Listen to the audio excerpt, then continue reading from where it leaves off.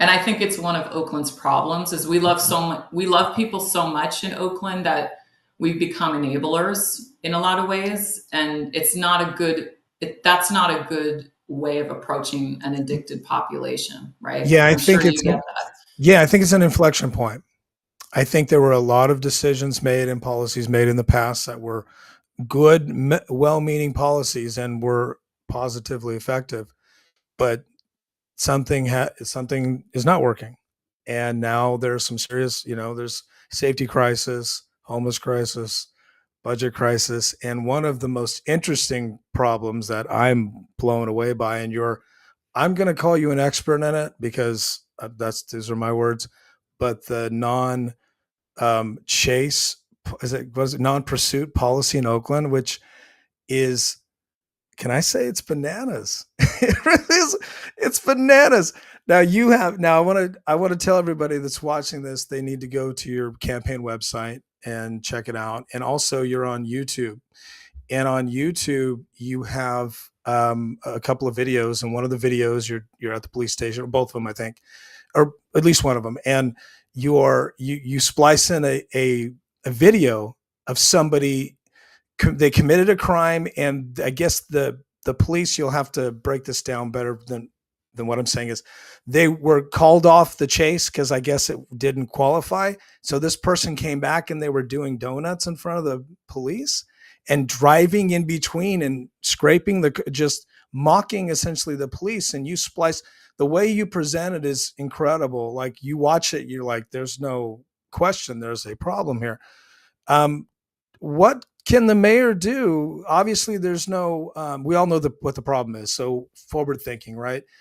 We know that under the powers of the charter, the mayor doesn't necessarily run the police department, but there's a police commission the mayor works strongly with. You're very well versed in the commission. You know everybody. You know the problem inside and out. And after what I've seen with all the other candidates, I kind of feel like you know it better than all of them. I'm just saying, because you talk about it actually, and they don't. And that kind of stands out to me when there's one person talking about a thing that is kind of like on the nose. They know what the problem could be. So that was kind of a clunky way to get to the question. I'd talk about, like, what can we do to fix I talked to Seneca and like really important figures in Oakland that are activists. Everybody says this is just bananas. Like, how do we get past this? Even the governor did a thing about it, and like nothing's changed. So how, if you're elected, first articulate the problem with your point of view, and then tell us, how do we go about fixing this? I mean, it's clearly creating more problem. I mean, I was like, wait, maybe I should, it's that easy. Maybe I should, look at, like, really, I could see how somebody, they're a career criminal, they're like, Oakland's the place, man.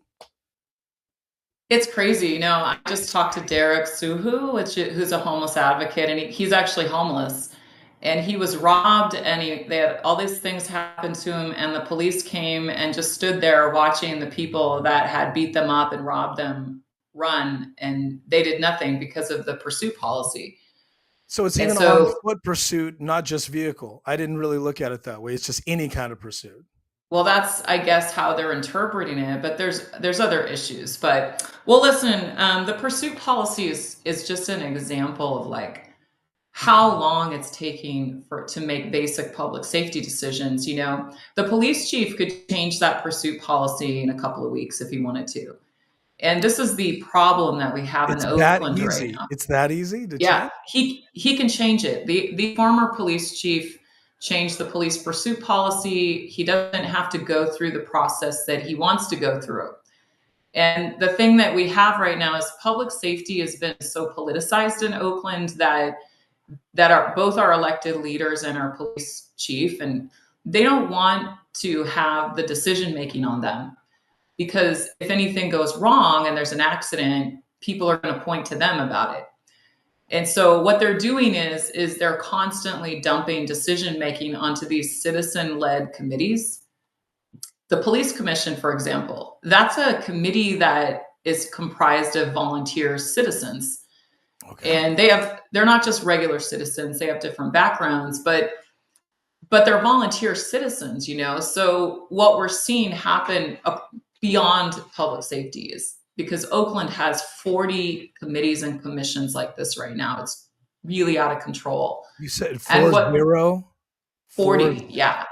And by the way, they're all managed by full-time benefited staff members and stuff like that too. So imagine the cost of that. Right. And what That's they're yeah. People don't talk about that. The amount of money being spent on staff and stuff like that. But go ahead. And what they're doing, and it's playing out in the police pursuit policy, is instead of just making decisions like we hired them for or elected them for, they're dumping it onto these citizen committees. And then the committees, well, the commission decided not to do anything. And that made the public very angry and the governor, and that caused a whole thing. But so, the point is that we need to change the policy. It's the most extreme in the United States of America. Even if we make the changes that have been proposed to it, which they're really proposing to allow our officers to chase for felonies instead of just violent felonies. And there's a clause that is causing a lot of problems where they actually have to get their manager to approve the chase.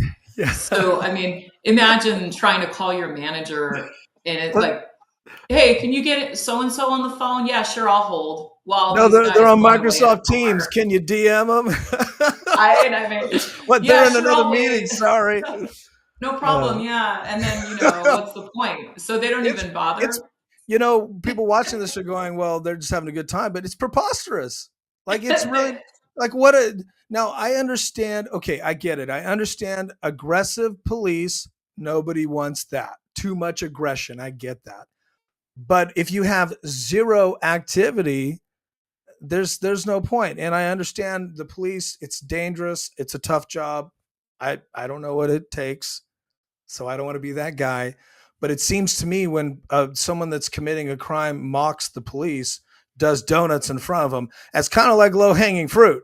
Maybe we should, that's kind of the job, right? Is it too simple to look at that? Am I missing something?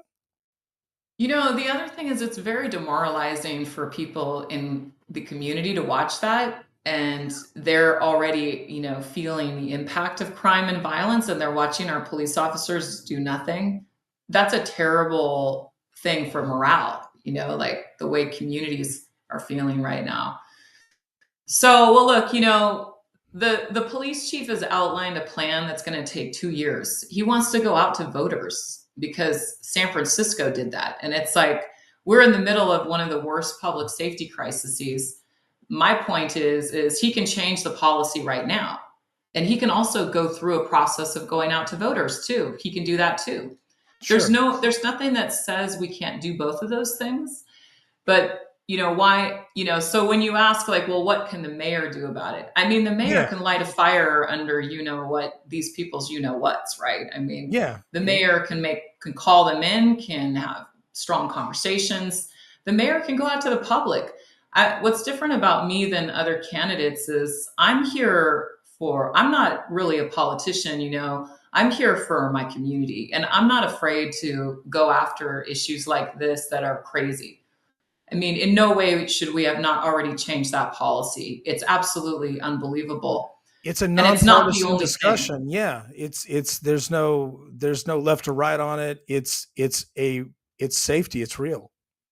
Yeah. And if they want someone to take the hits, I'm happy to stand in front of them too, right? If they're scared and they're scared of people getting mad at them, I'm happy to stand in front of them. Let me be the one that takes the bullets. I don't mind if it's for the best, if it's in the best interests of everyone concerned, And so that's one thing. But look, I think what's important about the pursuit policy is this is a pattern. So I'm trying to kind of explain what's going on with these committees. And these are basically politicians and leaders that are trying to take cover behind citizens. So they don't have to be accountable at election time for their choices, right? Leadership is about making decisions. You can't be in a position of leadership without making a decision. If I was in the guide seat in a boat going down a river towards whitewater and I just sat there and did nothing, we would be in a whole lot of trouble. You got to make decisions. quick decisions. You got to call out commands, you got to move, you got to do stuff, or you're in trouble. And what we're seeing in Oakland is this whole pattern where they're taking cover behind these citizen committees. And then if anything goes wrong, they can just say, oh, the citizens are responsible. The voters did it, Is it not? Is it more? Yeah, right. Now, is it more non-elected people or elected people, or a combination that you're saying are just pulling back and going, okay, well, we're gonna not do anything? What's the systemic a part of that? I think with public safety, it's kind of both because the issues around public safety are so politicized and people are very divided on that issue in a lot of ways too. We've got people in Oakland that they don't like the police. They're very distrustful. And then we have other people that are upset because they want more police, So we have this thing going on in Oakland. And I think from a leadership standpoint, it's really important to understand like the people that don't like police have reasons for that. And we shouldn't just, because we're in a crisis right now, we can't just pretend like there aren't reasons for the fracture, like Yeah, that's true. We have to kind of get underneath this and we have to work to build trust with one another because it's one of the reasons we have in Oakland why our public safety is always front and center, right? It's always being attacked. Yeah. So I think we have to address this head on. Like I said, you got to confront the issues directly and you've got to get underneath it and we got to figure out how we can move forward. Well, it affects the budget, in my opinion, because it affects tax revenues because people move out. And that's part of the issue. Because if they're like, hey, this is not safe and we're not protected, look, it's a great place to live. I love Jack London Square. There's so many places I love, right? San there's so many great places to live. You can decide to move out, especially the sports teams have left. I mean, there's a lot of things. There's more incentives to leave than to stay, which has been part of the crisis. So people are wondering, hey, how does this affect me? It affects it affects the budget. It affects revenues because you're not increasing, you're only decreasing with these revenues. Public safety has collapsed our city. I'm telling you, it's caused families to flee Oakland. They don't want to raise their kids in a place where they don't feel safe. It's caused a business collapse in our city and businesses are leaving and they're also shrinking because their employees don't feel safe, Right. So, In-N-Out left, Denny's is shut down, I believe. And then, Steph Curry's wife. In-N-Out, the things that went on there at In-N-Out. She left. Yeah, right. Now, if I was running a debate, the first thing I'd say is, one of the most famous basketball players of all time and celebrities, his wife can't even run a business in Oakland, according to her. Again, this is alleged. Okay, I wasn't there. But she's made it very public